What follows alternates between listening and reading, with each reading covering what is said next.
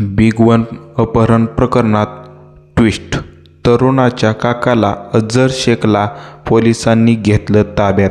नेमकं काय झालं चला जाणून घेऊया.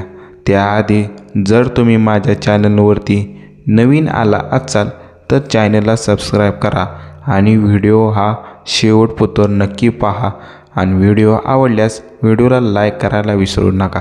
तर चला जाणून घेऊया पुढील माहिती काय आहे ते. अवैध वाळू उपसा प्रकरणात अझर शेख यांनी स्वामी चिचोली गावाच्या महसूल विभागाच्या तलाठ्याला मारहाण केल्याचा त्याच्यावर आरोप आहे. या गुन्ह्यात तो फरार होता. अखेर त्याला अटक करण्यात आली आहे. पुणे ग्रामीण पोलिसांच्या स्थानिक गुन्हे शाखेने अखेर अझर शेखला गजाआड केलं आहे. अझर शेख हा दौंड तालुक्यातील स्वामी चिंचोली गावाचा माजी सरपंच असून दौंड पोलीस ठाण्याअंतर्गत त्याच्यावर गंभीर गुन्हे दाखल आहेत. त्यात अझर शेख गेले अनेक वर्षे फरार होता. शिवाय बिग वन प्रकरणातील आरोपी झहीर शेख आणि आयान शेख यांचा तो चुलता आहे. दौंडचे भाजपचे आमदार राहुल कुल यांचा तो अत्यंत जवळचा कार्यकर्ता असल्याचा आरोप देखील बिग वन प्रकरणातील तरुणीच्या कुटुंबाकडून केला जात होता आणि याला असूनच हिंदू समाजाकडून अझर शेखच्या अटकेची मागणी केली जात होती. अझर शेख यासोबत युवराज मेंगावडे यांना देखील पोलिसांनी अटक केली आहे. अवैध वाळू उपसा प्रकरणात अझर शेख याने स्वामी चिंचोली गावाच्या महसूल विभागाच्या तलाठ्याला मारहाण केल्याचा त्याच्यावर आरोप आहे. या गुन्ह्यात तो फरार होता. अखेर त्याला अटक करण्यात आली आहे. तर मिळालेल्या माहितीनुसार बिग वनमधील तरुणीचं कथित अपहरण प्रकरण चर्चेत आलं.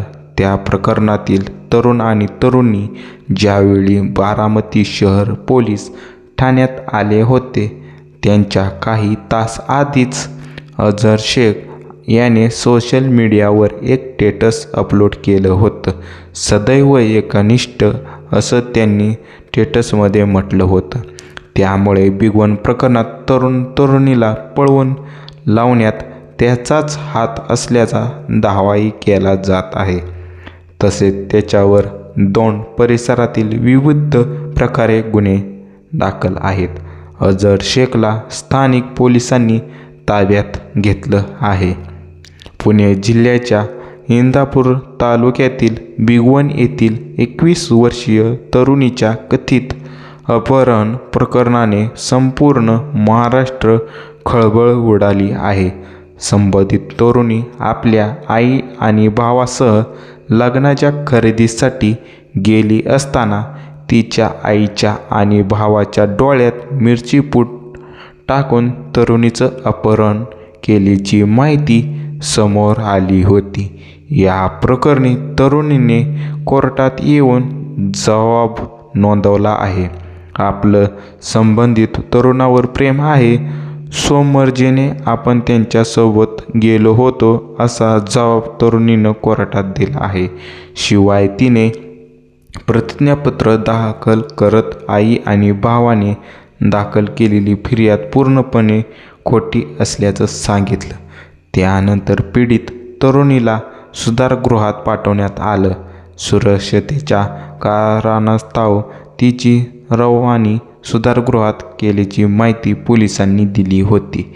आता या बिग वन कथित अपहरण प्रकरणात मोठा ट्विस्ट आला आहे.